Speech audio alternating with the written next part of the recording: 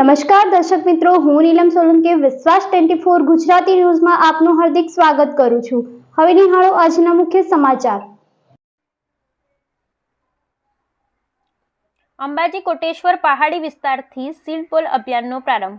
ખેતી અને પશુપાલન આધારિત બનાસકાંઠા જિલ્લામાં પાણીના સ્તર ઊંચા લાવવા તેમજ હરિયાળી ક્રાંતિ લાવવાના હેતુસર છેલ્લા 3 વર્ષની જેમ સતત ચોથા વર્ષે પણ વન્સ મોર સીડ બોલના ઉમદા વિચાર સાથે બનાસ ડેરી દ્વારા વિધાનસભા અધ્યક્ષશ્રી અને બનાસ ડેરીના ચેરમેન શ્રી શંકરભાઈ ચૌધરીના હસ્તે અંબાજીના ડુંગરોમાં કોટેશ્વરના પહાડની વિસ્તારમાં સીડબોલ રોપણનો કાર્યક્રમ યોજાયો હતો।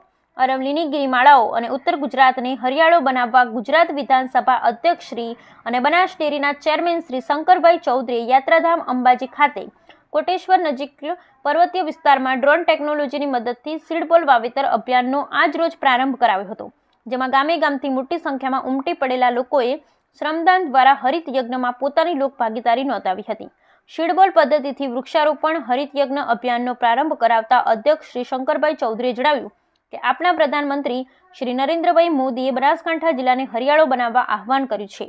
અરવલ્લીની ગિરિમાળાનો પર્વતો સહિત સમગ્ર ઉત્તર ગુજરાતને હરિયાળો બનાવવા જ્યાં માણસ ન પહોંચી શકે ત્યાં ડ્રોન ટેકનોલોજીના માધ્યમથી સીડબોલ વાવી વનરાજીનો વિસ્તાર વધારવો છે। જિલ્લાને હરિયાળો બનાવવા બનાસ ડેરીના માધ્યમથી છેલ્લા 3 વર્ષથી ખેડૂતોએ અભિયાન ઉપાડ્યું છે। ટેકનોલોજીના માધ્યમથી પ્રકૃતિનું જતન અને સંવર્ધન કર્યું છે।